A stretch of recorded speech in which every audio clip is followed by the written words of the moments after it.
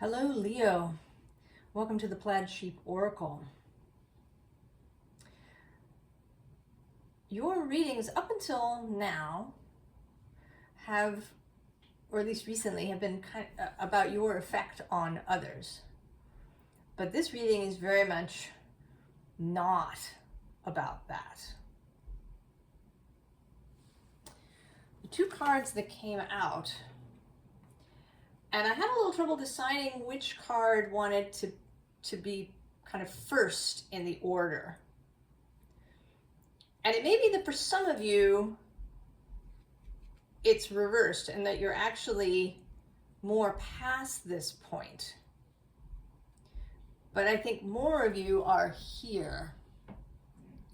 So we have this Knight of Coins, the Caval di Danari, and this Nine of Wands. And you see he is proceeding to slice through these wands to get to the other side. Now, maybe that some of you that you're actually past this point. And maybe this will be a confirmation of what you are experiencing. But I think for most of you, this is approaching. And if you're watching this about the time that I release it, this may be all about this, or at least including this Jupiter-Uranus conjunction in Taurus.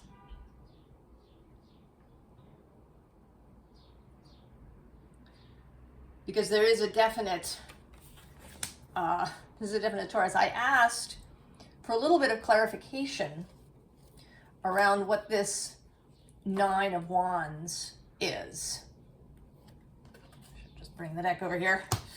The card that came on the bottom is the Hanged Man. And for sure, this ability to see things from a completely different upside down perspective could come with Uranus.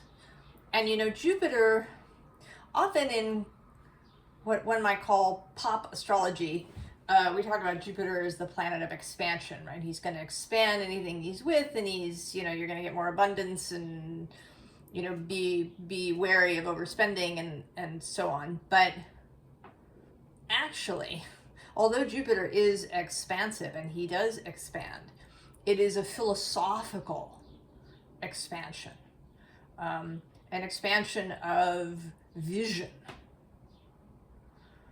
Jupiter is the philosopher king. He is, you know, how we make meaning for ourselves, what we believe to be true, what we believe to be ethical, moral, honorable. He may be how we seek clarity, how we seek information, how we see the world, how we learn, how we teach. Right, this is Jupiter's space. He is the host of Sagittarius and Pisces. So, right, learning and teaching and healing and adventure and enlightenment in Sagittarius, seeking the way. And then unity, beauty, romance, faith, spiritual vision in Pisces. And so as he moves through Taurus, he can, right, create change in how we view the environment, how we view our stuff, how we view Taurus itself. And especially when he combines with Uranus. And then you need to add where he appears in your personal chart. So his combining with Uranus, right, the planet of change, the planet of seeing things differently, of seeing things that were previously invisible. Right? He was discovered when telescopes came into use.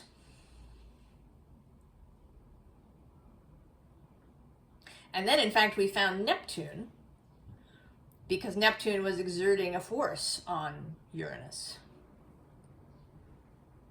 So he provides, right, he can provide answers in sometimes spectacular ways. Now, below him, below the Hangman, is this Eight of Pentacles. So there is something very earthy happening here. The very underlying is the Chariot. Movement, change. And also a coming together, right? A unification of motivation. No longer having, kind of disparate or, ideas that pull you in different directions. And then the cards that came out were these three. The Page, the Nine of Pentacles, and then the Hierophant. So this really feels like disturbing the established order. Disturbing, right, the established order, maybe where you have kind of planted yourself.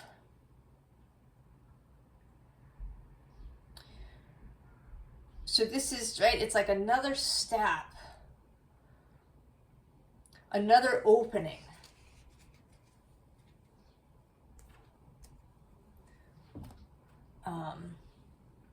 I've talked about in the Aries reading about allowing healing to be complete. And I think that it can be.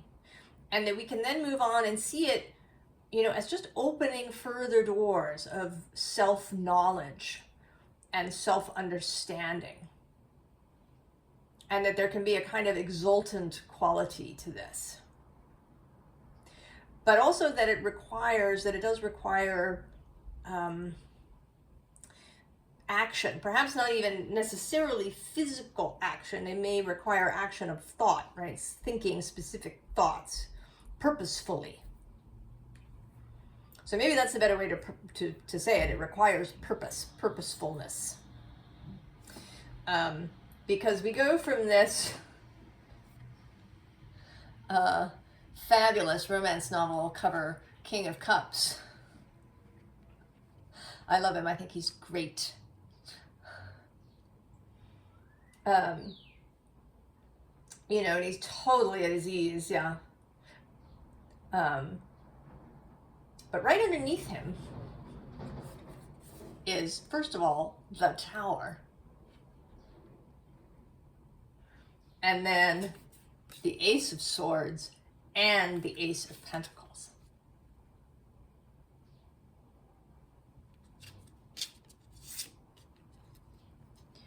So what I want to say is that he's been relaxing, maybe having a walk through the forest, and he sees this tower. And his spidey senses are tingling. There is something interesting, exciting, new, tingly in this tower. Right? He's feeling this, whatever this newness of the Ace of Swords and the Ace of Pentacles. So what does he do? He kits himself out as the Emperor. He goes back home. He does a little training, grows a beard.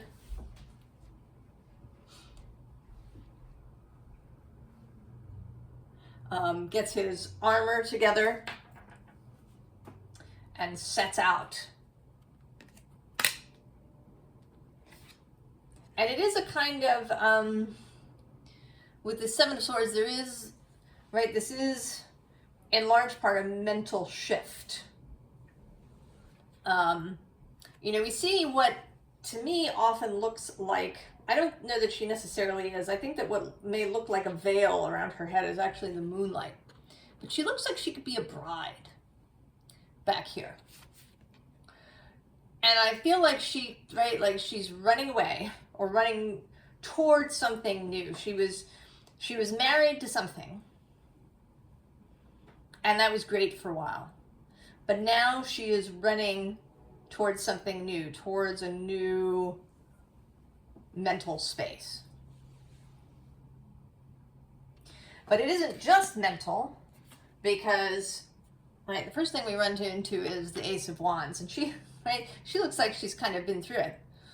Right? She's been running through, maybe she's actually run through the forest towards the tower. And she's gotten kind of disheveled in the process.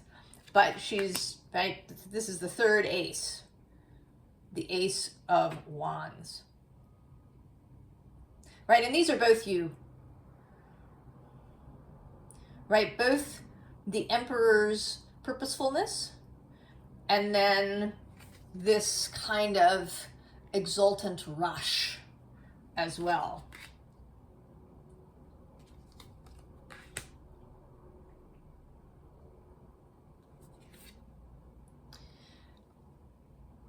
And then this kind of coming to rest a little bit. I think making it inside the tower.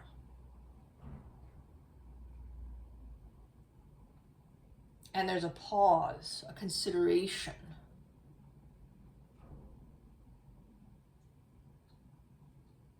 A moment to consider. Right? This isn't entirely willy-nilly. This card here, this is the Knight of Pentacles. He is a considered knight. Although there is this exultant mental rush. His actions, the physical aspects are considered.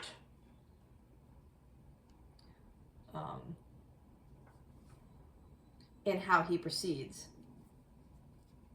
Now at the bottom of this deck, first of all, we have the Nine of Pentacles, this established, part of the established order, part of where you landed and maybe where you've been planted for a while. And next to that is the Star. So the new possibility. So I really want to emphasize that this is not in any way, right, that this Nine of Pentacles is not in any way a bad thing. It's just what was. The place where you've spent, time recently. Right? Any learning process is like that.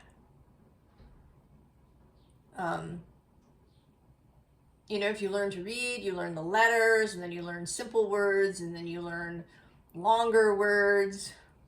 And then if you get really excited about it, you read poetry and all different kinds of prose, and you build your vocabulary. Maybe you do crossword puzzles, and right, there's all different ways to engage with words and language. And there's steps in moving on, and at no point are you in the wrong. You are in the process where things become more complex. First you sort of learn the basic rules, right? And then you can break them a little bit. Right? You learn the rules of grammar, and then you can throw them out the window if you want when you start to imagine poetry or other kinds of prose.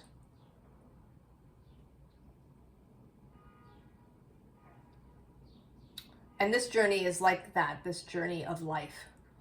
Learning different things. And then being able to, make it your own at each new step. And so over here we have the Hanged Muse coming up within the reading. And behind her, this Seven of Inspiration, right? This opening. Like you've opened the doors of the tower.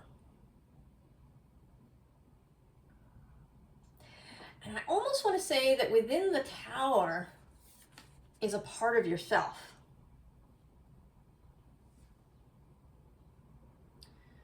That you are finding that this Ace of Swords and Ace of Pentacles and Ace of Wands, that all these aces, this, whatever this new, I wish I had another word than new.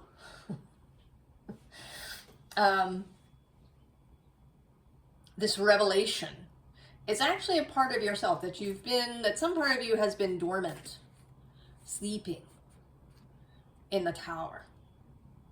You know, and that may be why we get the King of Cups. Right? Because he is this romantic lead. That you are going to kiss part of yourself awake.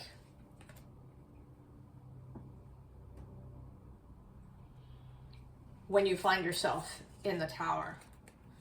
The bottom of this deck is the Knight of Materials, the Knight of Pentacles.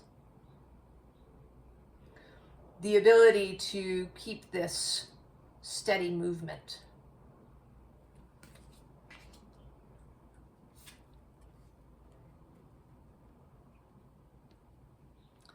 Right, within the tower is this gorgeousness, and this is the Muse of Materials. It sits in the king's position, but it isn't really the king, right? The muse is something else. Again, it is imagination, right? Really bringing imagination and inspiration to the physical.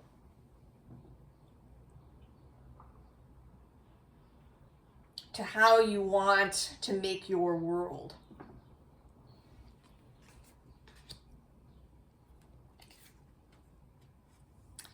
And this Two of Voices today is combining yourself with that Five of Pentacles, Five of Materials self that you woke up.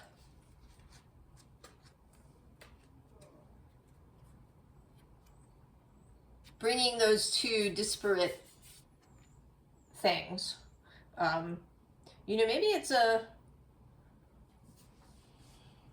it might be a philosophy, it might be a way of seeing reality,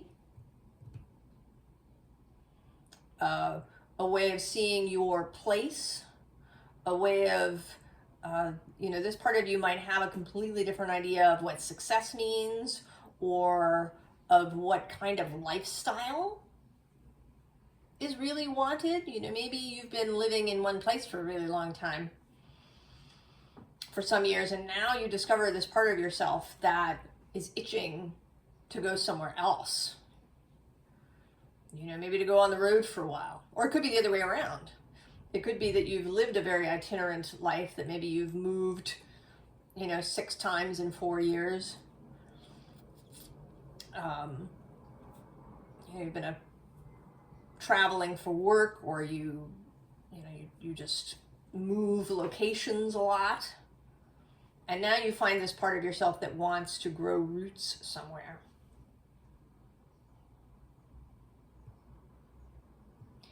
And you're combining with that part of yourself. You're bringing those two points of view together. And then that allows, right? That allows you to,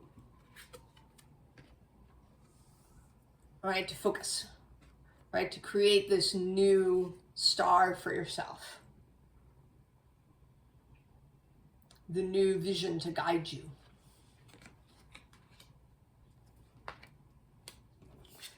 And the final ace, all 4 aces showing up. The Ace of Emotions, the Ace of Cups.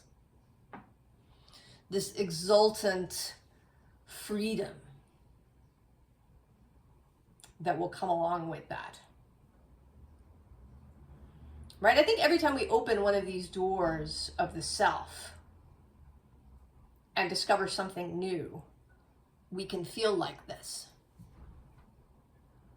There's this release of this, this person coming to the surface and taking a deep breath of air. And I don't, again, think there's anything wrong with this. This is like the process. And there's something really joyful about it too. There's the fun of discovery, of engaging with something new.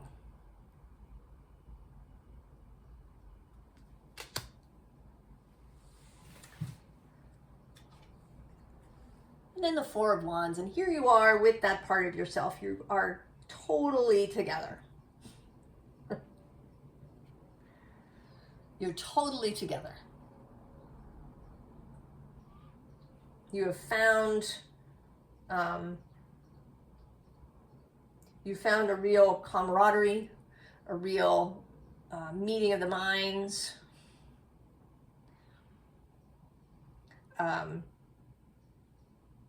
Right? There's no fear in either of you. Below that is both the Queen of Cups and the Queen of Pentacles. Oh, and the Fool. Oh, and the Emperor. I just saw him. And then I'm going to go one more.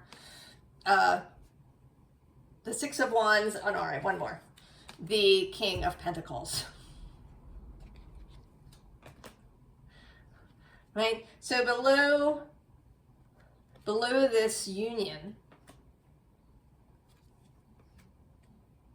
right, in what will come through after this union is all of this good stuff. And at the basis of this deck is the Ace of Swords.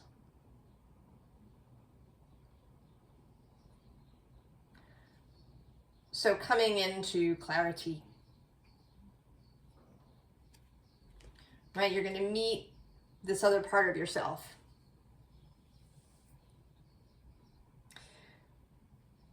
Now,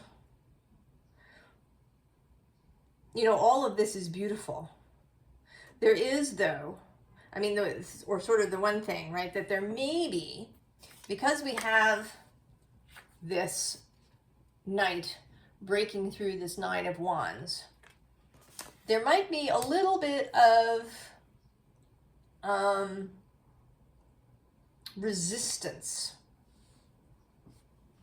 on some parts of yourself to going and entering this tower and finding yourself.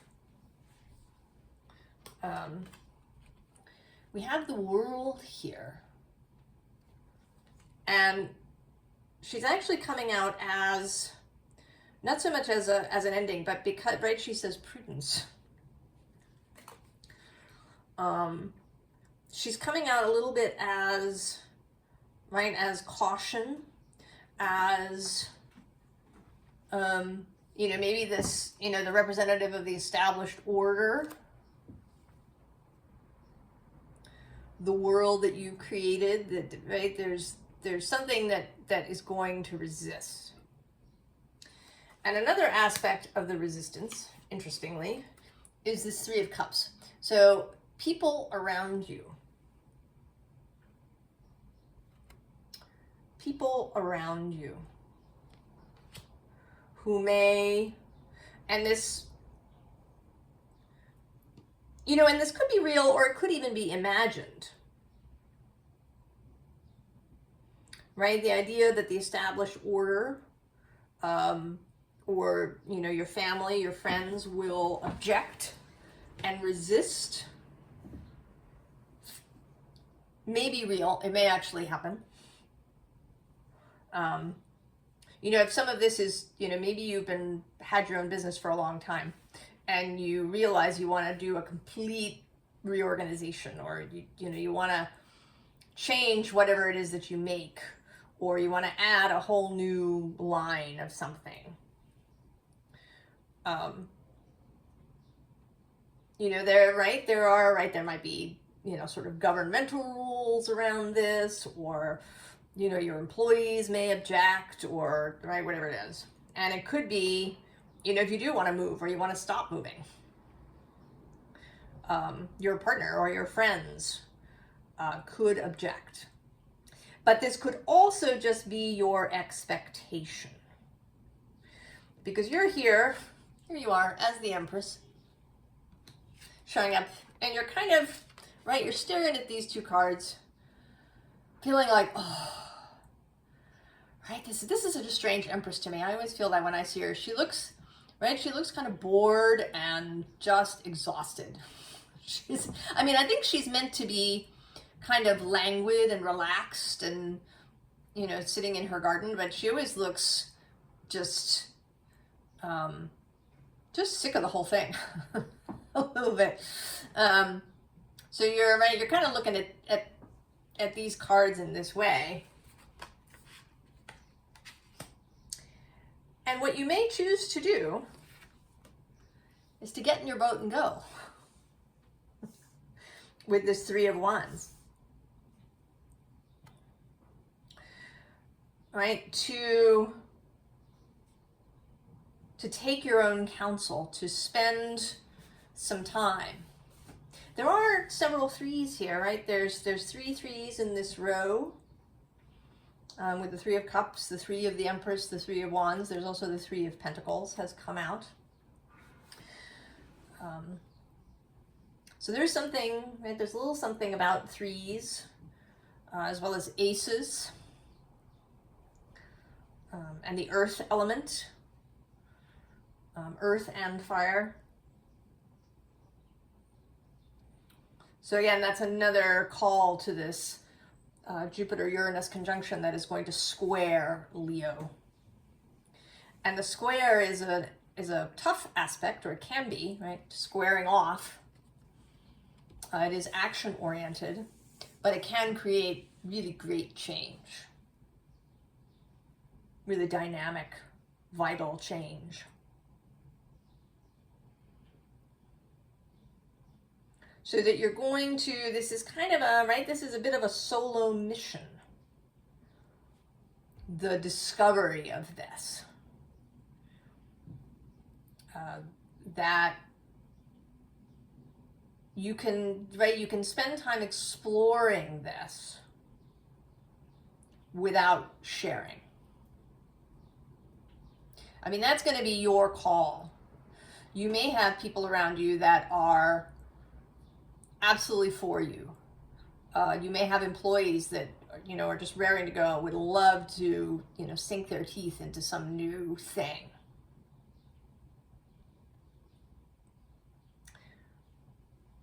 In which case, you know, bring them in on it. But if you don't, if you need to explore this by yourself because you think that those around you are going to panic if you start talking about change, you can go off by yourself and do this.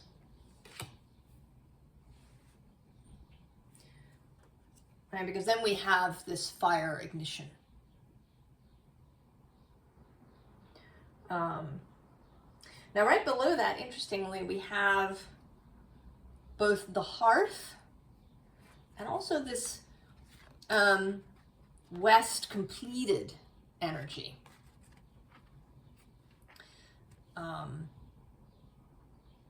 You know, what's interesting is that this hearth that's, you know, about comfort has the picture of a baby. So you've had this, right? You've been in this comfortable place. That's wonderful. You've had this nurturing environment, but now it's time to sort of turn to the fire. And the underlying is this movement speed card.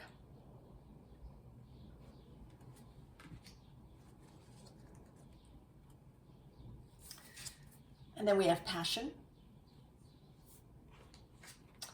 followed by this East Beginnings card.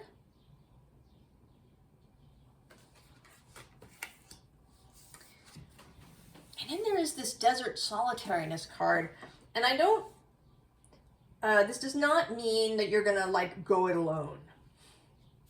This just means that you are, right, this is really you and you. You're no longer even like this, right? There isn't two, there's just one.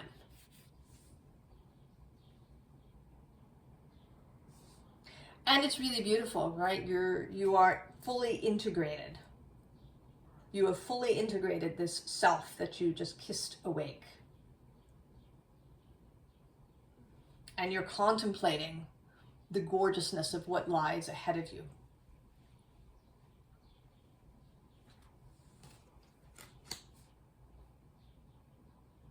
So interestingly, the advice that came out is just a single card and then the underlying. And it's from the Into the Lonely Woods Oracle, and it's the consolation of isolation. And I'm going to read you what it says.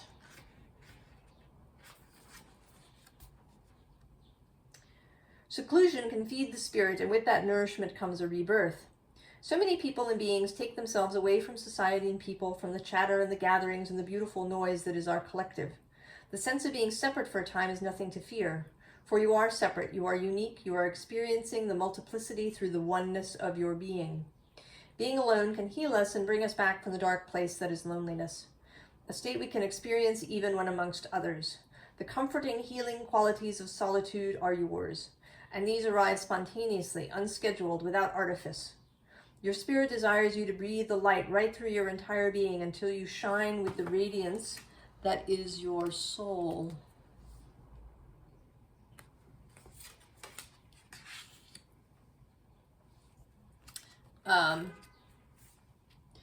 Right, the underlying is our shadows are beautiful. And I want to say that it's not,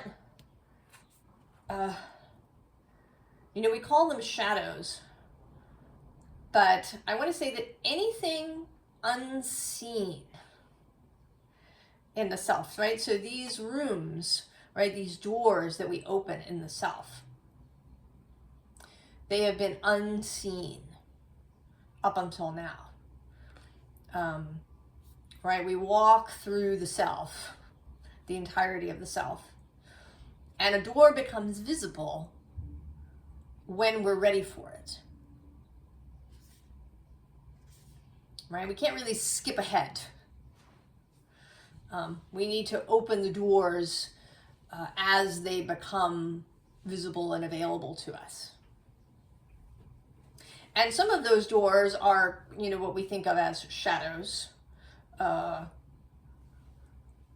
Parts of ourselves that seem challenging or difficult. But other things are not. Other things are just these other ways of seeing things. They may be gifts or talents. If you have a gift for, say, divination, for seeing, for knowing, for, mediumship, that might not be available to you, when you're 15 or even when you're 30.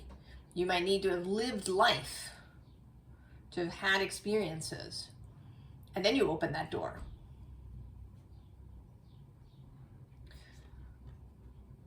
And all of those, right, all of those doors, all of those sleeping selves are beautiful. The very bottom of the deck is, all right, a time for healing. And I want to say that actually, I don't, right, like not so much healing, but a time for integration.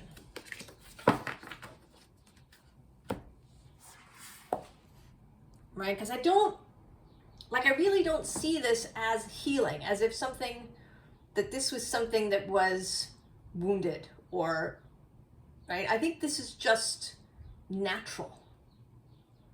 That as we live life and gain experience and meet people and have astrological transits, that these doors open and become available to us. Right? This tower has existed there all along, but now you see it.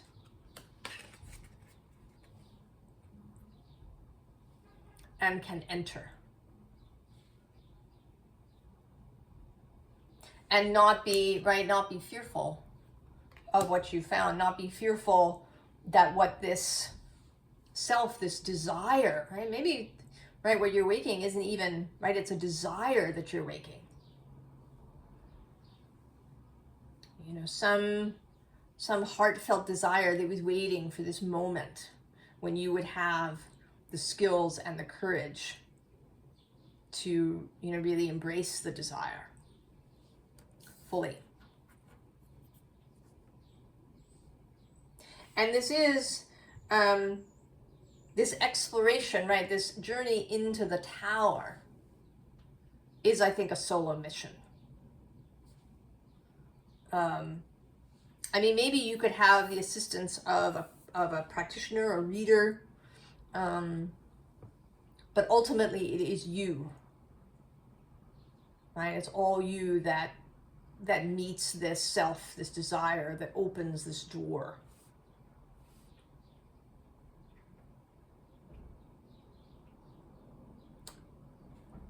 I think it's exciting, Leo. This next opening that may unfold. It could, right? It could take a while. It is Jupiter and Uranus and Taurus, and those transits do, you know, can take a while to unfold. It's 14 years between Jupiter and Uranus coming together. So there's space in there for, you know, Jupiter's opening square and an opposition and the closing square. So there's time for things to unfold, for this new beingness to flower. So I wouldn't, right? There's no need to rush it, I think. That we do have this speed card. So there may be some changes that do come in rapidly, or at least realizations. You know, you may suddenly see the whole thing in front of you, right? The next 6 moves to make just laid out in front of you. Or, you know, a bunch of people might enter your life, one after the other. So just be open. Right? And use your feelings, use your star, your holy grail. I wish you the very, very best, Leo. And I will see you next time. So long.